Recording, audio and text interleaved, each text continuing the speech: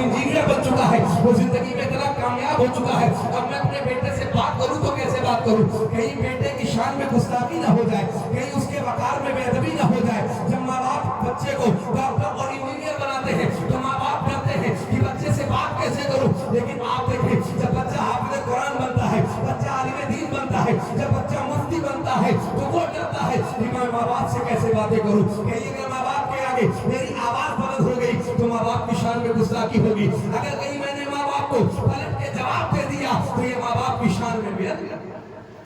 ये बात आपके लिए, किसके लिए? आपके लिए। आज आप देखें, आज मुसलमानों की आवाज, खासतौर से नौजवानों की आवाज अगर सबसे ज्यादा किसी के आगे बुलंद होती है तो माँ बाप के आगे बुलंद होती है। अगर किसी के आगे सबसे ज्यादा चीख और चिल्ला के बातें करते हैं तो माँ बाप के आगे बातें करते हैं। मेरी बहनें भी बैठी हुई है, वो भी सुने। आज अगर बच्चियों को माँ बाप किसी काम से मना कर देते हैं, किसी बुराई से रोक देते हैं तो माँ बाप पर चीख पड़ती है, चिल्ला पड़ती है। आज अगर नौजवानों को माँ बाप किसी काम से रोकते हैं, कुछ मना करते हैं तो माँ बाप पर चीखते हैं, चिल्लाते हैं। हालांकि आला हज़रत फाज़िल बरेलवी फतावा रज़विया में एक सवाल के जवाब में नकल करते हुए आप फरमाते हैं कि माँ बाप का अदब ये है, उनके साथ हुस्न सुलूक ये है कि जब माँ बाप से गुफ्तगू की जाए तो इस तरह से गुफ्तगू की जाए कि जैसे एक गुलाम अपने आका से गुफ्तगू करता है। आला हज़रत फरमाते हैं, अगर तुम्हें माँ बाप से गुफ्तगू करना हो तो पहले माँ बाप से इजाजत ले लो, अगर वो तुम्हें इजाजत दे दे तब उनसे बात करो। और आला हज़रत फरमाते हैं, माँ बाप का अदब ये है, माँ बाप की ताज़ीम ये है, उनके साथ हुस्न सुलूक ये है कि जब तुम उनसे बात करो तो इस तरह बात करो कि जैसे ये गुलाम अपने आका से बात करता है। जैसे गुलाम की आवाज और उसकी नजरें कभी आका के सामने उठती नहीं है, ऐसे जब तुम अपने माँ बाप से बातें करो तो इस तरह बात करो, न तुम्हारी निगाहें उठे और न तुम्हारी आवाज। अल्लाह सुभान अल्लाह माशाअल्लाह। आप देखिए, आप हमारी आवाज सबसे ज्यादा किसी के आगे बुलंद होती है, नौजवानों की, तो माँ बाप के आगे। आप देखिए, हुजूर ख्वाजा गरीब नवाज अल्लाह के नबी के एक हदीस को नोट करते हुए फरमाते हैं, आज हम अपने अमाल का जायजा ले ले, नेकियां नाम की नहीं है, गुनाहों से दफ्तर के दफ्तर भरे पड़े हुए हैं, गुनाहों से रजिस्टर के रजिस्टर खुल हो गए हैं। आज देखिए, नमाजें हमारे पास नहीं है, रोजे हमारे पास नहीं है, सदका खैरात हमारे पास नहीं है, फिर भी आप देखें हम गुनाह पे गुनाह किए जा रहे हैं, गुनाहों के दलदल में फंसते चले जा रहे हैं। हुजूर ख्वाजा गरीब नवाज फरमाते हैं, अल्लाह के नबी की एक हदीस को कोट करते हुए आप फरमाते हैं कि हुजूर ने फरमाया, जरा तवज्जो रखें, मेरे नौजवानों से मेरी गुजारिश है कि जरा तवज्जो रखें, वो भी तवज्जो रखें जिनके माँ बाप हयात हैं, और वो भी तवज्जो रखें जिनके माँ बाप इंतकाल करके कब्र में चले गए हैं। जरा तवज्जो रखें आप। हुजूर फरमाते हैं, कल क़यामत के दिन एक शख्स को इस हाल में लाया जाएगा कि उसके पास उहद के पहाड़ के बराबर नेकियां होगी, उसके पास हज इतने होंगे, उसके पास नमाजें इतनी होंगी, उसके पास सदका खैरात इतने होंगे कि अगर सबको मिला लिया जाए तो पहाड़ के माने उसके पास नेकियां होगी। हुजूर फरमाते हैं, जब अल्लाह की बारगाह में लाया जाएगा और जब फरिश्ते उसके नाम आमाल को तोलना शुरू करेंगे, हुजूर फरमाते हैं, वो दिल में खुश होगा, इतनी नेकियां लेके हाजिर हुआ हूं, पूरी जिंदगी इबादतों में गुजार दी है, आप तो जन्नत मेरी है, जन्नत में आला से आला मकाम मेरा है। हुजूर फरमाते हैं, लेकिन जब फरिश्ते उसके नाम आमाल को तोलेंगे, पहाड़ों की नेकी तरह उसके पास नेकियां होगी, उसके गुनाहों का पलड़ा कमजोर पड़ेगा और उसकी नेकियों का पलड़ा भारी हो जाएगा, इसलिए कि नेकियों का अंबार उसके पास होगा। हुजूर फरमाते हैं, वो देख करके मुस्कुराएगा, वो मसरूर होगा, वो खुश होगा कि आप तो मुझे जन्नत में जाने से कब कोई नहीं रोक सकता है, अब ये फरिश्ते मुझे जन्नत में लेके जाएंगे, अभी मुझे जन्नत में जाने का हुक्म होगा। हुजूर फरमाते हैं, उसकी नेकियों का पलड़ा भारी होगा, उसके गुनाहों का पलड़ा खफीफ और कमजोर होगा, वो सोचेगा अब मुझे जन्नत में दाखिल होने का हुक्म होगा। हुजूर फरमाते हैं, वो अपनी नेकियों को देख के खुश होगा, फरिश्ते अपने पास से कागज का एक छोटा सा टुकड़ा निकाल करके वहां की फरमाते हैं, वो किसी फरमाते हैं, कितना बड़ा टुकड़ा, इस आप देखिए, इसको देख रहा कितना बड़ा कागज का छोटा सा टुकड़ा निकाल करके उसके गुनाह के पलड़े में डाल देंगे। हुजूर फरमाते हैं, अब उसके गुनाह का पलड़ा भारी हो जाएगा, नेकियां कम पड़ जाएंगी। वो बंदा अल्लाह की बारगाह में अर्ज करेगा, ऐ अल्लाह रब्बुल इज्जत, मैं तेरी बारगाह में पहाड़ के मानी नेकियां लेके हाजिर हुआ हूं, मैंने दुनिया में सिर्फ इबादतें की हैं,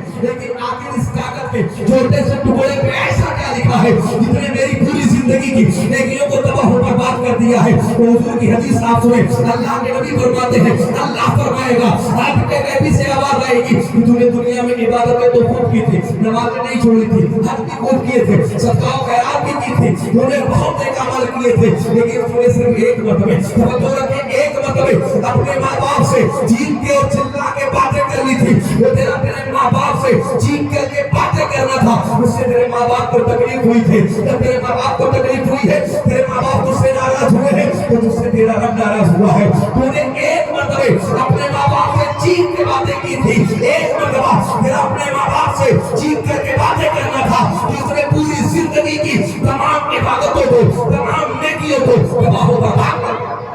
ماشاءاللہ سبحان نیکیاں نام کی آپ پہاڑوں کے پانی میں نیکیاں, پہاڑوں کے برابر نیکیاں ہے.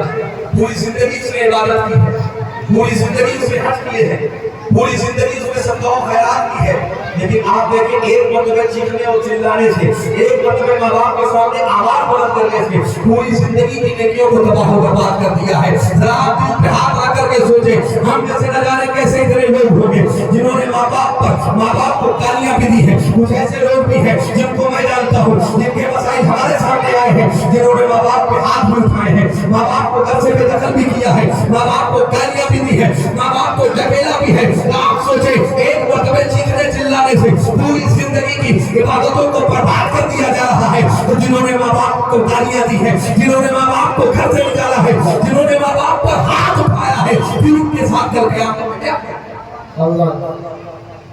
آپ دیکھیں اللہ فرماتا ہے ماں باپ کے ساتھ اسی میں سلوک کریں.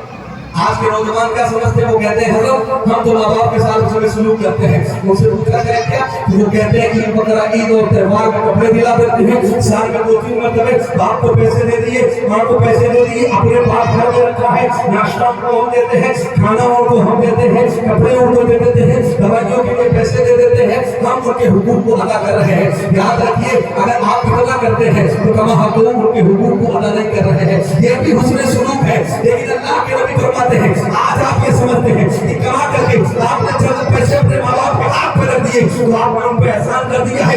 ایسا نہیں ہے. اللہ کے نبی فرماتے ہیں, حدیث پاک میں حضور فرماتے ہیں کہ جو تم کما کے لاتے ہو پوری دنیا میں اگر اس پر سب سے پہلا کسی کا حق ہے تو وہ تمہارے ماں باپ کا حق ہے. سب سے پہلا تمہارے مال پر, تمہاری دولت پر, تمہارے پیسوں پر, تمہاری زمین و جائیداد پر, تمہارے وقار پر اگر سب سے پہلا کسی کا حق ہے تو وہ ماں باپ کا حق ہے. اگر تم پیسے رکھ کر کے ان کے ہاتھ پر تم یہ سوچتے ہو کہ تم نے ان پہ احسان کر دیا ہے, تم نے ان کے حق کو ادا کر دیا ہے, تو ایسا نہیں ہے. حضور فرماتے ہیں جو تم کما کے لاتے ہو اس پہ تمہارا حق بعد میں ہے, پہلے اگر اس پر کسی کا حق ہے تو تمہارے ماں باپ. نعرے تکبیر, نعرے رسالت, مسلک اعلی حضرت, عرش مقدس, فیضان اختر ملت, فیضان اختر ملت, عصمت والدین, عصمت والدین, فیضان حضور صوفی شبانیہ صاحب قبلہ. نعرے تکبیر. ماشاءاللہ ماشاءاللہ. آپ لوگوں کا لگ رہا ہے سمجھ میں آ رہی ہے بات, سمجھ میں آنی چاہیے. اس کی بڑی آسان لینگویج ہے, آپ کو سمجھ میں آنی چاہیے. کوئی منطقی گفتگو یا بڑی